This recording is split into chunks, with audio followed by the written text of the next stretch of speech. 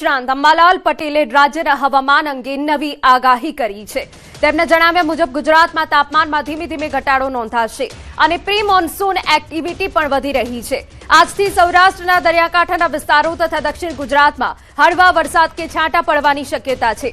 22 થી 24 મે દરમિયાન દક્ષિણ સૌરાષ્ટ્ર અને દક્ષિણ ગુજરાતના વિસ્તારોમાં ગાજવીજ સાથે વરસાદ પડી શકે છે, જ્યારે દ્વારકા, જામનગર અને પોરબંદર જેવા વિસ્તારોમાં પણ વરસાદની સંભાવના વ્યક્ત કરાઈ છે।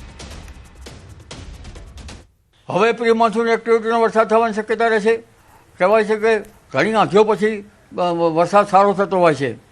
લગભગ આજથી જ પ્રી મોન્સૂન એક્ટિવિટીનો વરસાદ દક્ષિણ ગુજરાતના કેટલાક ભાગમાં અને દક્ષિણ સૌરાષ્ટ્રના ભાગમાં છાંટાછૂટી થવાની શક્યતા રહેશે।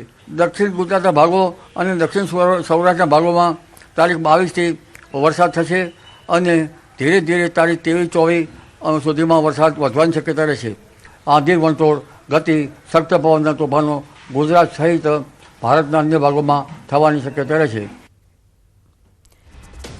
અંબાલાલ પટેલે રોહિણી નક્ષત્રને લઈને મહત્વપૂર્ણ આગાહી કરી છે। તેમના જણાવ્યા મુજબ રોહિણી નક્ષત્ર દરમિયાન તાપ વધુ રહેવો શુભ માનવામાં આવે છે, કારણ કે રોહિણી તપે તો સારું એવી લોકમાન્યતા છે।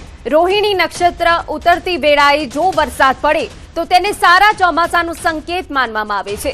1 થી 5 જૂન અને ત્યારબાદ 8 થી 15 જૂન દરમિયાન રાજ્યના અનેક વિસ્તારોમાં વરસાદી માહોલ સર્જાઈ શકે છે। 26 મે થી 1 જૂન દરમિયાન ચોમાસું કેરળ કાંઠે પહોંચવાની શક્યતા છે।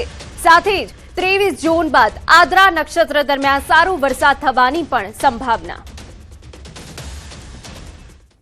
રોહિણી ઉતરતા વર્ષે તો ચોમાસું સારું આવે, એટલે પહેલી, બીજી, ત્રીજી, ચોથી જૂને પણ વરસાદ વરસવાની શક્યતા છે। રોહિણી ઉતરતા પણ વરસાદની શક્યતા રહેતા આ વખતે ચોમાસું જરા સમયસર આવવાની શક્યતા રહેશે। તે પૂર્વે 8 થી 15 જૂન વચ્ચે ક્યાંક વરસાદ થઈ શકે। 8મી જૂને દરિયો તોફાની બનવાની શક્યતા રહે।